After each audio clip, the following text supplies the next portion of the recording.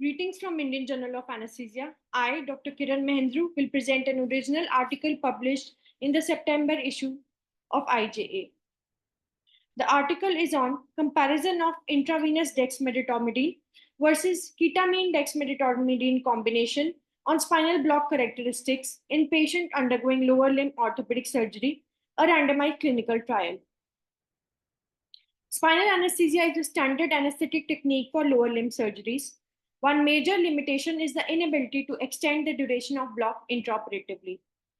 Therefore, intravenous adjuvants are being studied for their effectiveness in the outcomes of spinal block. IV dexmed prolongs the duration of spinal block, but the sympatholytic activity can lead to bradycardia and hypotension. IV ketamine is effective in providing sedation and prolonging the spinal block, mainly when used in infusions, and low doses does not lead to adverse effects like hallucinations, increased secretion, and salivation. Therefore, it is clinically expected that the combination of IV low-dose ketamine and dexmed in spinal anesthesia should provide stable hemodynamics and have a synergistic effect on prolonging the spinal block and improving other outcomes. Therefore, the hypothesis of this study was that low-dose ketamine and dexmed infusion would provide a longer duration of sensory block, better hemodynamics, and fewer complications compared to dexmed infusion alone. The primary objective was to compare the time of regression of sensory blockade to S1 in patients receiving an IV infusion of dexmed and low-dose ketamine dexmed infusions undergoing femur fracture surgeries under spinal anesthesia. The secondary objectives were to compare the intraoperative hemodynamic stability, change in perioperative stress markers, and discharge readiness for the post-anesthesia care unit. It is a randomized double-blinded clinical trial with the study period from May 2021 to February 2022. The trial is registered with the CTRI and includes patients from 18 to 65 years with BMI of 18.5 to 34.9, ASA physical status of 1 or 2, scheduled for elective femur fracture surgeries under spinal anesthesia.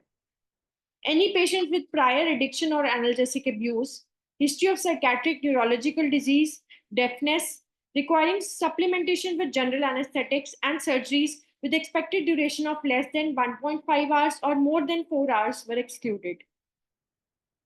All consecutive eligible patients were enrolled. Random group allocation was done using computer-generated random numbers, and allocation concealment was done using sequentially numbered opaque sealed envelopes. The patients were randomized into two groups, Group D, which is the dexmed group, and Group LKD, which is low-dose ketamine with dexmed infusion.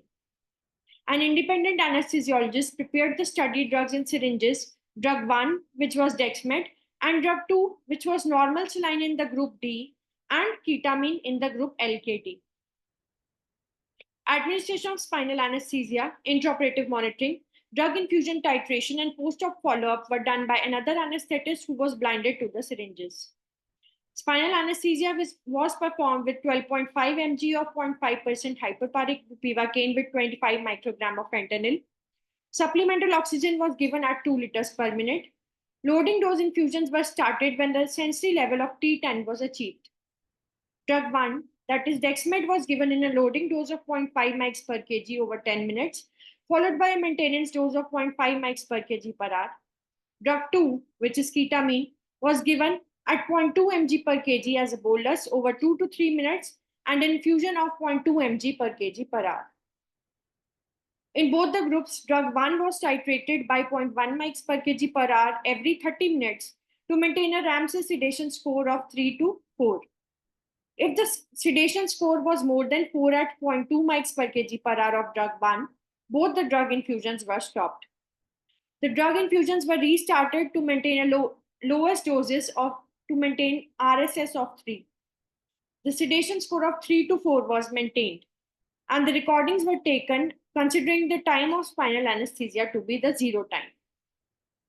Sensory blockade was checked using cold sensation using an alcohol swab, and the extent of motor block was assessed using modified Bromard scale. The Ramsay sedation score was measured preoperatively just before starting the infusion, immediately after loading dose, and every 30 minutes after starting the maintenance infusion. Hypotension and bradycardia were treated with mephentermine and atropine respectively.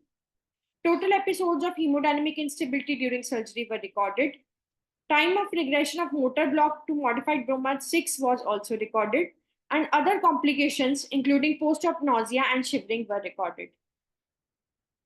Drug infusions were stopped at skin closure, and patients were shifted to the recovery area.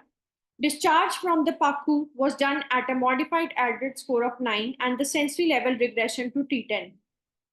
On the first analgesic demand, or when the NRS scores were more than 4, diclofenac 75 mg IV was given and was followed by diclofenac 75 mg every 8 hourly. Tramadol 100 mg was administered as a rescue analgesic, repeated every 12 hours if needed. Serum albumin, random blood sugar, neutrophil lymphocyte ratio, and platelet lymphocyte ratio were monitored preoperatively and at 6 and 24 hours postoperatively. The primary outcome of the study was to compare the time of regression of sensory blockade to S1 in both the groups. The secondary outcomes were the motor blockade duration, hemodynamics in the intra and immediate postoperative periods, changes in the perioperative stress marker measurements preoperatively and at 6 and 24 hours postoperatively, and the discharge time from the recovery. The sample size was based on a study previously published, and the required sample size was 21 in each group. Considering the dropouts, 30 patients were included in both the groups. Total 73 patients were assessed for the eligibility, out of which 60 were randomized with 30 patients analyzed in both the groups. All the patients in both groups achieved a sensory blockade between T4 and T6 within 4 to 8 minutes, and a motor blockade of modified bromides level of 1 or 2 within 4 to 6 minutes. The patients were comparable for the demographic profile and the baseline parameters. The primary outcome, that is the sensory regression to S1, was comparable between both the groups. The statistically significant outcomes were that of hypotension. That is, hypotension was seen more in the dexmed group as compared to the ketamine dexmed group. Next, the PACU discharge time from the completion of surgery was also statistically significantly different in the two groups. The patients were discharged later in the dexmed group when compared to the ketamine dexmed group, and the total tramadol required in the 24 hours was also statistically significantly different, with more tramadol required in the dexmed group when compared to the ketamine dexmed group. Therefore, patients in both the groups had comparable sacral S1 sensory regression. Patients who received low-dose ketamine dexmed under spinal anesthesia had significantly lower incidence of hypotension intraoperatively, had shorter discharge times from the recovery, and had significantly less postoperative tramadol consumption. Dexmed and ketamine, because of their analgesic properties, are considered to have synergistic effects with intrathecal bupivacaine. Both IV and intrathecal dexmed prolong the spinal anesthesia. Now, incidence of hypotension and number of hypotensive episodes were significantly higher in the dexmed group. Low dose of IV ketamine provides hemodynamic stability and reduces the crystalloid volume requirement after spinal anesthesia. Hence, combining these two drugs can significantly reduce the incidence of hypotensive episodes. The PACU discharge times were significantly higher in the dexmed group, and this might be because of the hemodynamic stability which was seen in the ketamine dexmed group, leading to earlier discharges of these patients from the recovery, because the other criteria, that is spinal regression, post-op nausea and vomiting, were comparable in both the groups.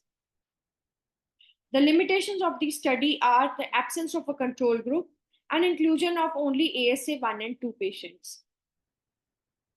To conclude, low-dose ketamine dexmed infusion during spinal anesthesia does not increase the onset and duration of sensory or motor block compared to the dexmed infusion alone.